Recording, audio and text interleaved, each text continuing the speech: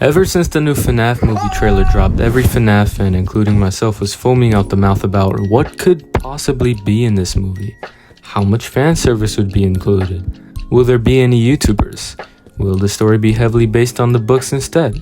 All of these topics about what could be in the movie were all exhilarating. However, I believe the most interesting point to talk about is whether the end credits will include any popular FNAF songs by, some YouTubers. I think you know where this is going. The big FNAF song that every fan knows, labeled by many to be the FNAF song. I'm obviously referring to the first ever FNAF song posted to YouTube by this certain group who needs almost no introduction at this point. And I say this because you have probably already heard some of their other songs, such as My Ordinary Life and Drunk. I am, of course, talking about the Living Tombstone, an electric rock band where a majority of their songs they make are based off of video games. You've probably heard Mercy if you remember the old days of TikTok, as well as maybe their song based off of Baldi's Basics. Besides, who could forget all the classic FNAF songs they produced? I Got No Time, It's Been So Long, and Die in a Fire, just to name a few. Based on the success of some of these songs, one could argue that the Living Tombstone popularized FNAF in a way, and even paved the way for some of the best songs ever created for any video game fandom ever. Despite all these songs releasing in such a short amount of time apart from each other, they have stood the test of time all these years later, with many considering to call these cult classics. This was a nostalgic time period for many FNAF fans who listened to these songs during the early days of this game's inception. However, none has had as big of an impact on the FNAF franchise as a whole than the Living Tombstone's first FNAF song, fittingly titled Five Nights at Freddy's 1 song. We're waiting every night to finally roam and invite newcomers to play with us. For many years we've been on. Today, we will go over why this song by the Living Tombstone unintentionally became the theme song to a $70 million franchise.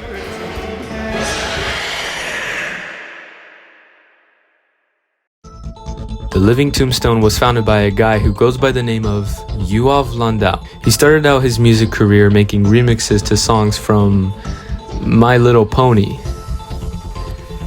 Yeah, I am as surprised as you are. Also, his old logo looked a little bit like this. Get it? It's as simple as it sounds. Rather than how their logo would go on to look like later, this one was an actual living tombstone.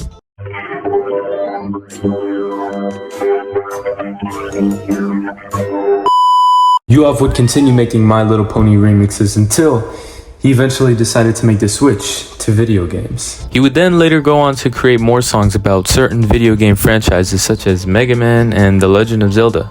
I also want to mention, during this time period, Uof produced a popular Spooky Scary Skeleton song remix that wouldn't become popular until like around 2020 quarantine.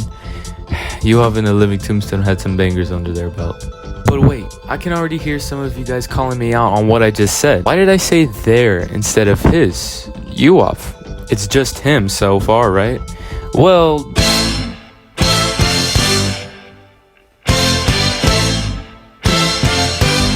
that's where this guy named Sam Haft comes into the frame. See, Uof moved to the United States, where he would go on to unknowingly meet his new member and future vocalist for the Living Tombstone, Sam Haft, who had previously been involved in the music scene. By the way, he just started his solo career recently, so if you're interested, go check that out. The two would eventually go on to collab together, and Sam Haft would go on to inevitably become the member of the Living Tombstone. They would later go on to create the rest of the iconic discography that the Living Tombstone currently has, including songs like and like I mentioned earlier, My Ordinary Life, which is completely an original song produced by the Living Tombstone that is not based off of any video game. This song currently has 385,000 streams on Spotify, making it the Living Tombstone's most successful song yet.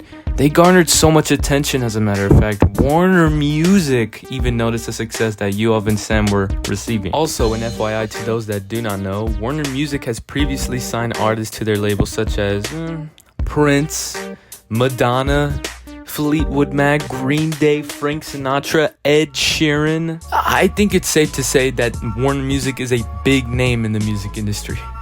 and they would later go on to sign the Living Tombstone. What? Hello, I'm Tombstone and welcome to my bathroom. Yeah, I choose the bathroom because it has really nice acoustics and the lighting is pretty good. The story of Uov and Sam is truly and utterly a legendary one, especially for Uov, who founded the group.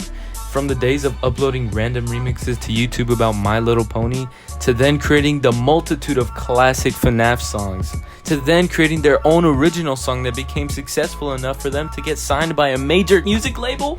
I think the story of the Living Tombstone is a classic YouTube tale that shows literally anyone can do anything. As overused and cliche as it sounds, it is all true at the end of the day. However, I believe the true beauty of YouTube comes from the creators like the Living Tombstone, where you can go back in time almost as if you are time traveling, back to when they were just similarly like you and I, average people in the comfort of their own homes making videos that they like and want to share with the world. When I personally have doubts in thinking that this YouTube spectacle might not work out in my favor, I go back to watch some older videos made by some of my favorite YouTubers. And I just watch and enjoy how far they have come ever since. Always go with your passions. Never ask if it's realistic or not. Deep Rock Chopper.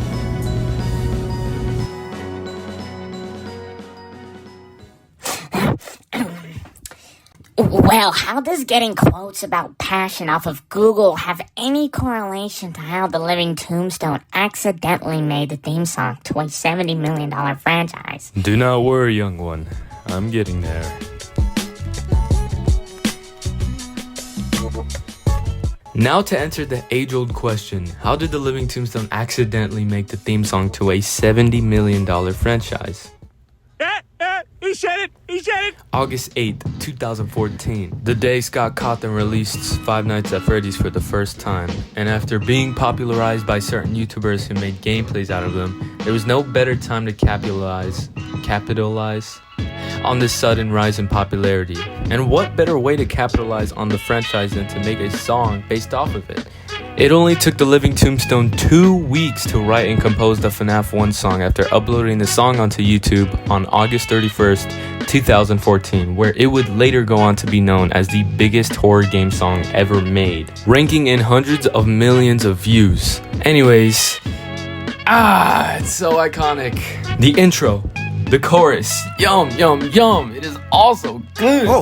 Yummy, yummy, yummy for my tummy. You got too much dip on your chip. This song by the Living Tombstone was definitely one of the first videos every FNAF fan came across. It was so big that it forever changed Uov's life.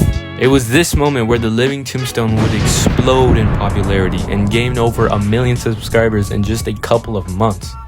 Looking back at it all, it's very inspiring to see someone like Uov, your average looking Joe, making music and vlogs, pursuing his dream as a musician, despite the rough start. Uov is the book definition of zero to hero, or I guess in this case, more like 0 to over 10 million doubloons in Uov and Sam's pocket.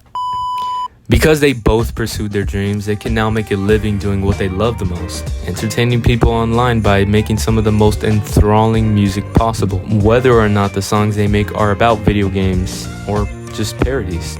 Uov and Sam have made it, and so can you. So stop procrastinating and follow your dreams.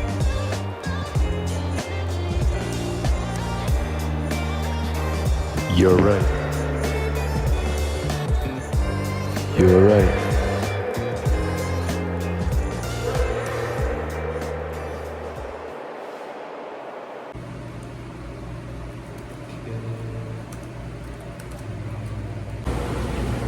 Make sure you have good posture, son. Oh yeah. Thanks for reminding me.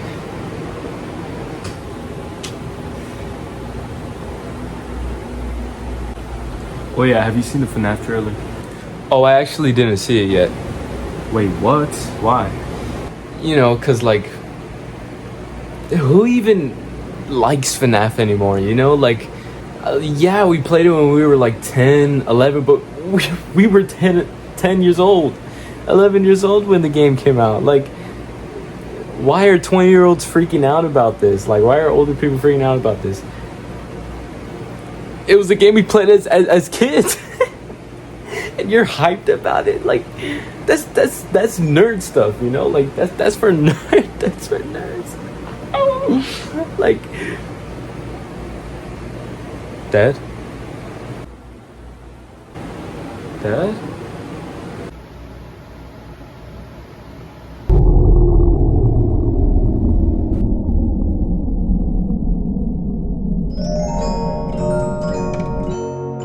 No, wait.